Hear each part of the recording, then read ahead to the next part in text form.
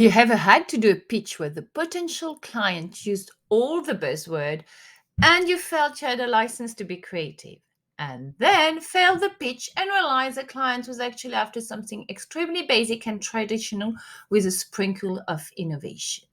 We all been there one day, and what we think is innovative may not be innovative for the clients, and vice versa.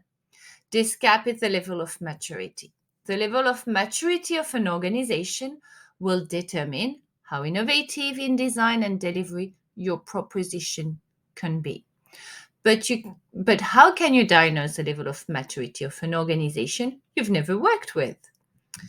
So here are 6 questions which can help you assess the level of maturity of your potential new corporate client and establish what sort of solution they would like to receive.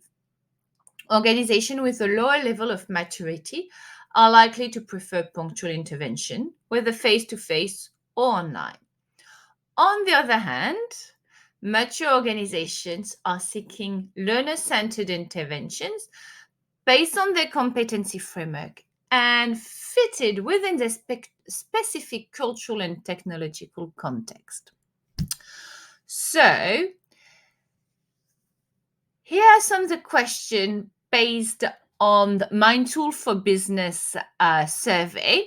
And let's start with the first one. How do your learning goals fit within your organization strategy? High-performing organizations link learning goals to wider business strategies such as growth, transformations, productivity, and profitability. If your clients can't respond, or if the answer is vague, you have a strong clue that their level of maturity is lower. The second question to ask is, how are you measuring your learning impact? And this question is key. Measuring learning impact requires some careful thinking, both from the organization and the designer, and they have to be integrated. Some solution will require to demonstrate business impact, where the thumb will be happy with monitoring individual behavior change.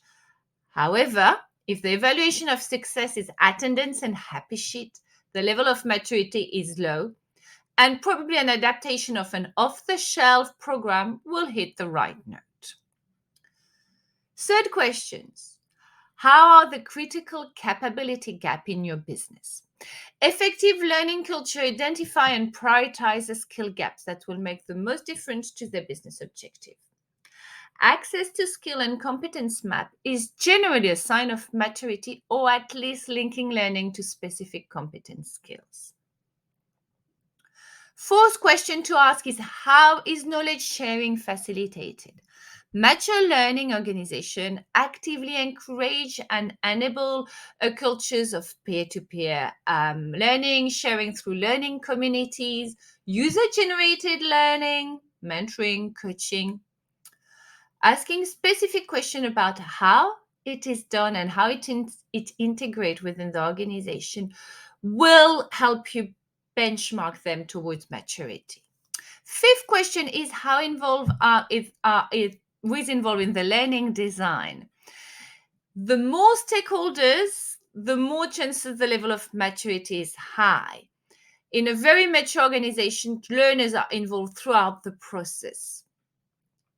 It's a bit of a challenge for external providers like us, but it's a clue. And in less mature organizations, you will only deal with 1 or 2 stakeholders.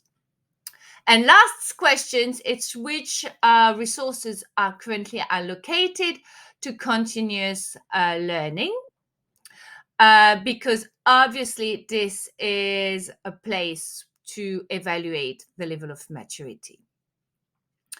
You have to think that many organizations are only at the beginning of their journey. There's a big variety on the scales, and there's a big gap between where they actually are and where they want to be. And sometimes the way they present themselves is a little bit distorted. So hopefully this question will help you pitch at the right level. And we're looking forward to hear what you think about them on #virtual training mastery.